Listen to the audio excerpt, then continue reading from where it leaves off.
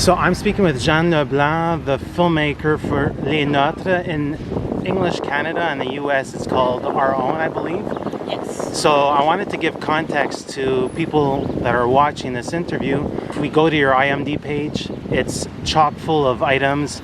You worked with Salles, you worked with Dolan, you worked with Jean-Marc Vallée. But I think a lot more of your more interesting collaborations have been the more recent items. I started as a third AD because I wanted to just start to direct extras, just to see how it feels to know the lenses, know how to place people, how to react in 3D versus 2D, because it's a different world. And when I started, I just worked for 10 years as a third AD, and it gave me time to write, to direct, to do short films, to do a bunch of stuff, and doing also many sets. That's why when I started to work on US production, it's because I was good at my job, I hope so. So I started to place bigger crowd and like on one of the most interesting film that I did as a third AD was On the Road from Salles, Walter Salles, because he really wanted to be so specific with background, with atmosphere, the way we direct people. He asked me to read books before to do some just background action, so refine this art to create atmosphere. And then I started to work on really big show like X-Men as a key third AD, and then I moved to first AD on Splinter Unit and to so many things. And I learned so much because you got different culture. This is not the same work culture than on our indie films, but you know the tools too, and you started just to say, okay, 25, I know what it is, this light, I know how it works, and it gives you something like a fluidity. Yeah. You're not afraid of the medium anymore, you're not afraid of the people, you're not afraid of the camera, of the lighting, and then you know that on US big production, no is never an answer. You cannot say no as an AD, never. So you start to just create your own solution of every problem and creative solution too. So when you apply it on an indie film, the most interesting thing is most of the people are afraid of those tools, are afraid to just say, what can we do if we mix and match two things? If we try to just do it a different way, but we will use this specific little tool. So I moved to just direct background till I started to work on, I don't know how to say that, but work with VFX, SFX, stunt people. And then you're just like, this is just toys for storytellers. Yeah. And it's not the big thing anymore. And when I work as a first AD on small film, most of the directors are afraid to use tools, or they just don't know that it exists. So yeah, that's the biggest difference. It's just tell a story, you need sound and images, but you have a bunch of toys that you can use just to tell the same story. But I'm just not afraid anymore. So Isla Blanca is your feature debut. It came out a couple of years ago. And if we had to compare this with your sophomore feature, which is being released by Oscilloscope, they feel like two very different films. One is more, like you say, perhaps poetic in its visual aestheticism. Another one is more, plays with certain rigid constraints of like storytelling. And the first one, Isla Blanca, was not based but inspired of my mom's stories with cancer. The relationship that I had for the last days of the last hours, I should say, of my when my mom died. So I had this story, and we tried to just do a script. The first one with bigger budget, and we've got some money, but not enough, really not enough. And then we've got at this point that we needed to just release the money or do something. And at the same time, I started to work as a lecturer. And one thing that amazed me, and maybe it's my background as an AD, it's all the filmmakers that we admire, they've got a really strong method, but a really original method. A way to shoot that I think that might be stronger than a script. So this is my biggest theory about filmmaking, that people don't know their tools, so they don't know how to, and when I say tools, it's the logistic, the way to talk with people, the how big your crew will be, all that stuff. For me, it's just a way of thinking or a way to do filmmaking.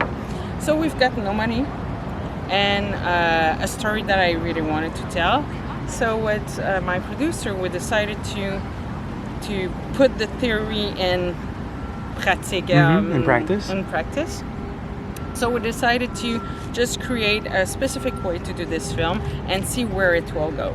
So we changed the script, but I didn't rewrite. We just say, okay, it will be in a house instead of in an hospital. And then we rent a house for many months, and we decided to create all the art direction, me and the art director together for 3 weeks. So we basically live in the house, not live in the house, but every day we came and decided to paint or change something. And then the crew was 3 people, and we shoot in chronological order. We eat in the place. We didn't really rehearse, but we just had a way to just do 1 scene per day, go through the scene, took an hour before, and it was way different, a different way to do a film. And at the end, I know that it was so intense for me and the actors because we eat in the house, we do everything in it, and so the flow of idea are really different when you decided to shoot that way. And the most interesting thing is the editor at the end, when he saw the footage, he said, I cannot edit the same way because the material is not the same. So it was more an experiment than a classic way to do a film. And what I learned is you need to create your own way, and you need to decide the way you wanted to tell your story. It's also the way you wanted to shoot it or you wanted to create it.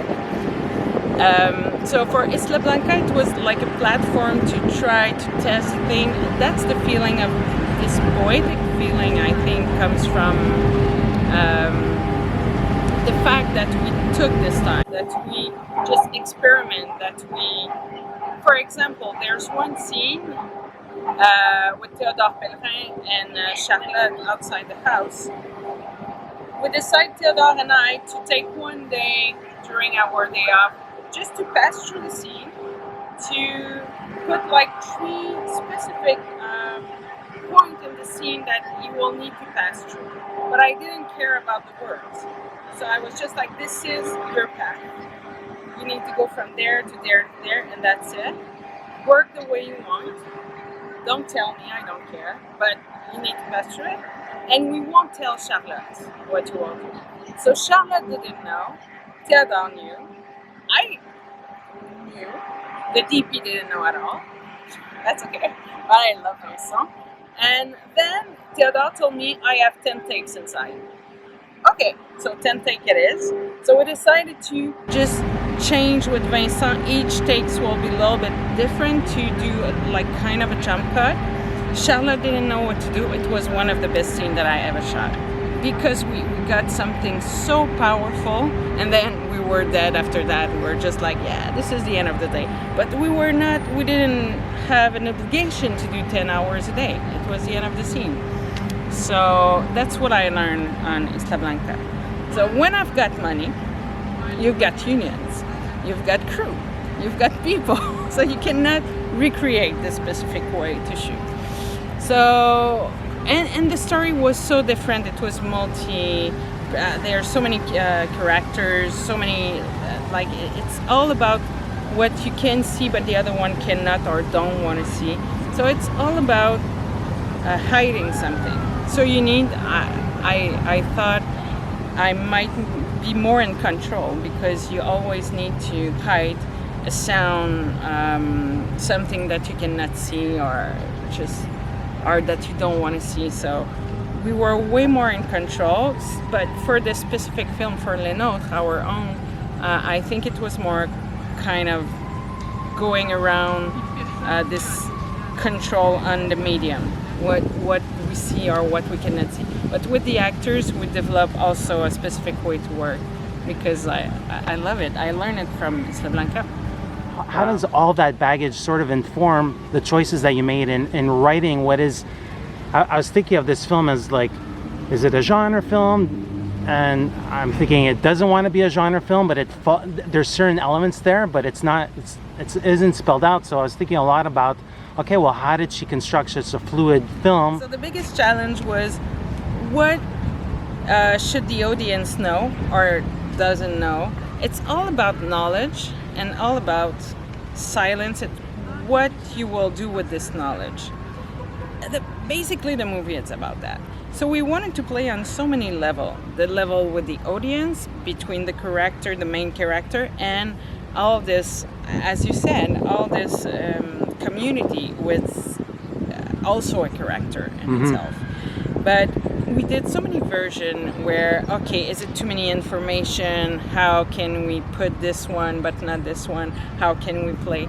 And about that time, I was really interesting about the direction of the audience as Hitchcock or Haneke in both different ways, such a different way.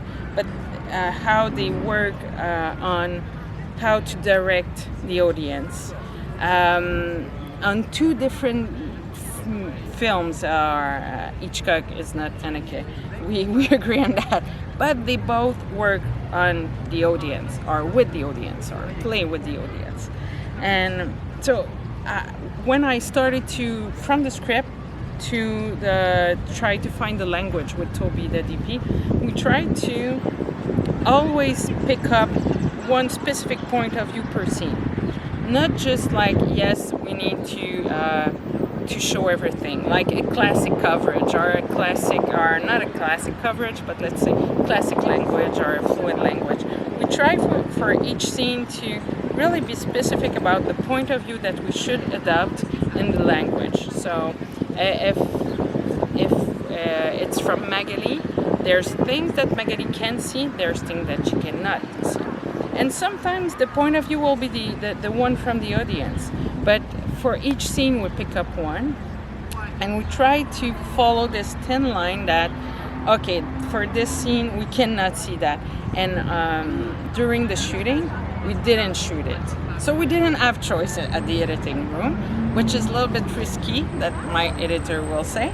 But anyway, this is a choice that we made. So I think it's the influence, yes, of the reading that I did at this period, but also because the subject is about it. Mm-hmm. It's about what are we doing with the knowledge that we have. This is the main topic of the film. So if we wanted to go on that direction, we needed to be conséquent. We needed to put it in every layers of language, not just the script, but also the images that we will choose, the soundscape on this film. I really love the work of Patrice, but we work on this, so all the community got their own sound. With the music, we find out a really specific tone of violin to make sure that this is a community when we want them to be in the background. So on all with all the element that we have, we decided to play this big topic of which knowledge you have and what will you do with that. So it's from the script to the images to the sound to the music, and we decide to just don't shoot things that we cannot see, or don't see things, or so yeah. And that's why you have always frame and frame most of the time. If you look at the framing of many images, you have some frame into frame. So we try to put it into the language, but also into the composition of all images. Okay, now we cannot see all the room or all the characters. So I think that's why we've got this impression that yes, this is a little bit a gender film, but not, because it's just, I didn't care about it. I should say it was more about how far can we go in this idea. Yeah. As an audience member, we want her to make the right choices, but you sort of like empower this character. And I don't want to give away anything specific, but I was wondering if you could talk about the fabric of creating that character, what's not seen on the screen, and how you embed her with an emotional range that goes beyond preteen angst. First of all, I think we should talk about also the actress that we pick up for this character, because Émilie, she was 14 years old when we worked together. She's not a regular young actress, I should say. So let's start with her, because I think this is, it's Scorsese said, casting, it's 80% of the work with the actors. So let's start with Émilie. When she arrived in audition, she understood the character beyond most of the people. She understood not just the vulnerability, but also the way she is with the people, the way she reacts, the way she's in love or not in love, and what does it mean for her, and where and why she's in denial for so many things. So she was so mature about the way she saw the character. In the audition, she was perfect at the first day, but the second one, and this is really specific with Émilie, it's because I really think that teenagers react in their body first, body, emotion, and then thoughts. So if you direct somebody like Émilie just with something like, just look at the table, tell this sentence, and then go to your mom, for example, she will just not doing it, but she understand why I will ask her that, and she will transform all the scene just based on this specific direction, because she understand that if we pass through this, because you look at the table, you're ashamed, but you don't know why you're ashamed, and then when you look at her, you empower yourself, and then you can go forward. And she's got this way to react to those directions, and then I knew that we've got something. So we started to work the character based on this knowledge that we have on ourselves as director and actor. So I didn't have to work the scene, or we passed through the script, of course, but we tried to build up like an emotional sequence starting before the film, and then we put this emotional curve. We put one specific like music that it's not in the film at all, with those specific emotion that you can connect really easily, and we developed like a language together to make sure that for each part of the curve that she will be in, we will be really not just specific, but really complex emotion, so we can connect with one music, one movement, one body language, the way she looks, the way she will physically act. And we start to build it in preparation. So it's not working on a big background, but just, okay, where she comes from first. This is the emotional journey, how we can connect with all those points together, how we can, if on the day we wanted to go further or we want to play with it, we have a really strong base, and then we can start to play with. But we develop this specific language together, and she is so strong with this, and she understands that teenagers, yes, most of the time will react. It's not the thoughts first. Mm-hmm. It passed from somewhere else, and so we work on that. So and then I should say that at the end of the shooting, we didn't need it to talk to see exactly where she will be, but but we work like 2 months before. It's not something that you create in 2 weeks of preparation. You cannot create this whole language about one character if you say, okay, we've got 2 weeks of rehearsal. This is impossible. It's kind of a relationship that you need to develop. So this is the way we create this character with Emily. And plus, I mean, her rapport, she has so many different types of relationships with different players in the film. So it's really interesting to see the progression of each one of those relationships, regardless if it's the mother, the one that she fancies, her school friends. It's interesting to see the output of her reactionary output in the succession of all these different sequences. It adds up to describing her inner turmoil.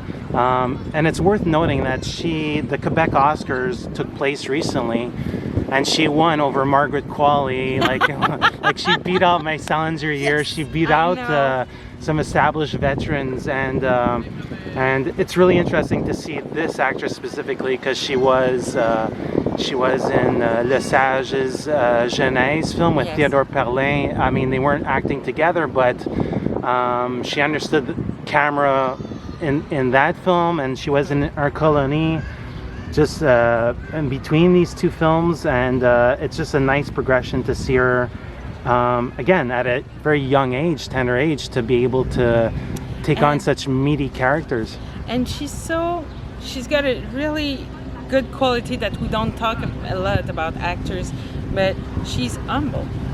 She knows that she need to be with her character first. She didn't put herself first, never.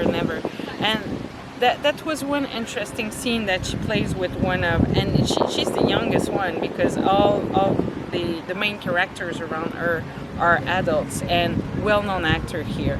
And I remember she played with, there's one scene that I won't tell here, but there's one specific scene where the other actors broke before her, and we talked together, Emily and I, to say, okay, what will be our strategy on this one? And that was so interesting because she's got 12 years of experience. She started at 5 years old. But she can feel people too. So because she is that humble, she just feels the energy of the other actors, and she will play with it because she knows her character so well. But I think this is the key there. We work a lot, but we didn't rehearse a lot. We just worked on the character, on the curves, on our languages. We worked on that before, so yes. I drew a lot of parallels between this character taking ownership of her destiny and another recent film that I saw in Lynn Ramsey's film, You Were Never Really Here. Both characters are young, and they belong to an adult world, but yet they make their own choices. So I was thinking about it's not necessarily a hero character, but or a hero's journey. Or just wondering if you could talk about embedding that character with her own compass and her own volition and wanting to make choices for herself. I really love this film from Lynn Ramsey, but the interesting thing is two female directors directing two young ladies taking care of their own destiny. When you think about it, it's just not that it's natural, but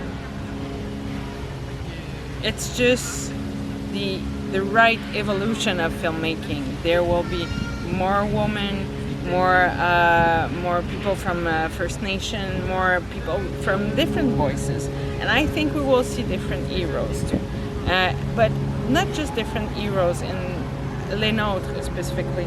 This is not just this empowerment or taking charge, but this is always also a different kind of justice, a different way to see heroes. This is not the classic way where there's good or bad, or where there's light or dark, or this is just another way, because I think unfortunately or fortunately there are so many people who experiment heroism a different way than the classic way, or let's say the traditional way.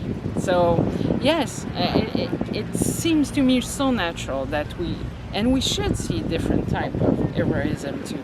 But I think it's just a natural. It doesn't seem weird for me. It's just like, this is the way I live my life. This is the way most of female director live their life. Just try to get empowerment and not the same sense of justice at the end. This is just basically our own experience. So we don't go that far. So one thing that I did notice is that there's all this exterior world that exists, and this insular world that exists, and it's sort of like a parallel. And so there are shots where there's this strong intensity. It's almost like a Robbie Ryan, Andrea Arnold type aestheticism, where we're getting close to divulging secrets. And then, as what happens in smaller, tight-knit societies, is like there's an open space, and a lot of people are in denial. And I'm thinking of the garden party where people are sort of like surrounding each other, but everything feels fake, and sort of like that's how people want to progress and not really seek a truth. So I thought there was like this interesting paradox between the insular world that exists with your protagonist, but also her mother belongs to this other sphere, and all these adults belong on this other sphere. So yeah, if that makes any sense, I was wondering if you could talk about that parallel or paradox. The best way I think to talk about it, it's the two houses. There's two family, and we really wanted to have two houses, one in front of each other, and to get a soundscape that all the world around it's a little bit like not it's agreeable at the surface, but you don't want to be inside. So we just wanted to create this one street, one house in front of the other, and then there's all the neighbors, let's put it that way. So we really try to find those little bugs, and I see each house is like a box that you think that you are protected inside, but you might be not. So you will see seeing the film. So we really try to find two houses in front of each other to work with this interior world, and all those windows that you can see, maybe you cannot see what you should see, and the sound, the landscape, the soundscapes will be really different inside or outside. To create this, you think you are protected, but you are in a box, and it's just, in French you will say poudre aux yeux. It's just, it's unreal. You are not protected inside, but you think you are. So we wanted to create those specific atmosphere inside both houses, and then outside to create something a little bit more hostile, but just not hostile like in a really obvious way, but in a subtle way that the color are a little bit different. The lenses that we pick up outside are a little bit different. The sounds, it's really different because you always have this little, maybe you cannot feel it, but if you are in theater, you will start to feel, oh, there's something like, it's not that agreeable.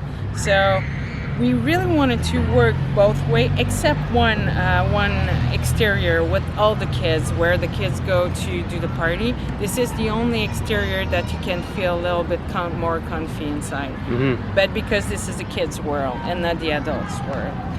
But all the rest, and we wanted to get this feeling that you might feel protected in the house, but you're not, and you have always a window that can see the other one, or always a window from outside to inside. So that's why those two houses in front of each other that you can always see. And we pick up a real location when the two houses, and it was really hard to find out. The two houses so different, one really male, the other one more female chaotic. Line are different, the window are different, the color, the basic color, and the interior are really different, but in front of each other, so you can always see the other part. So that was the way we wanted to think about location and then how we will create this world. Yeah. So that was an interesting research to do. Yeah, it must have been interesting blocking off that street. The neighbors must have loved you. At the end, yes, but they didn't hate us. It's for cinema. It's for art. So the film, technically, we're still in pandemic times. So obviously, you make a film, you want people to see it. So unfortunately, you didn't get to have too many Q&As. You didn't. I don't think you went to that many film festivals. So the film, yes, but not me. Okay. So what happens for you? Are you like, do you get to like sort of like have a journey with this film and sort of like still have an experience with audiences? Like where's the film at right now? We released the film in Quebec the weekend of the pandemic started. Yes, yeah. Yes. So March 13. I will always remember. So we started because you always do like, okay, we will go in 10 theaters. So we started in Quebec and we finish in Quebec. So yes, that was hard for the first 2 months because we received some news. Okay, you're going, and we've got really great festival in the United States, which is amazing, and we've got those news. And I will always remember once I won at Brooklyn Film Festival Best Feature, and I was in my living room doing, I don't remember what. I just saw on Facebook, yes, Best Feature, and that's the way I live my journey with this film. But now I'm really in peace with that because I know that it reached his audience, but not the classic way. Yeah. Let's see. And my own journey is not the classic one that you will travel with the film, we meet the people. It's more virtual. I need to accept that, like for everybody else. So yes, it was a little bit different, let's say. And we'll end off now with the question that everybody asks what you're doing next. But where does your curiosity lie right now? What kind of stories are you thinking of? I started to. I'm writing now more an intimate story, but there's always like a little social content. I'm really into the impact of lust fight. For example, if you are doing like for the kids who did like 2012 Le Printemps Érable ici, here in Montreal, what happened when it didn't go somewhere, or when not the revolution but something in 10 years after. What's your life? What's the impact on your intimate life? So I'm more in intimate story, but with a big background with a different background. So that's where I am now. Yeah. Cool. Hey, this is Eric from IONCINEMA.com. If you want to support us, subscribe below. For more reviews, interviews, film festival coverage from Sundance, Cannes, Toronto, you want to check out these guys on this side.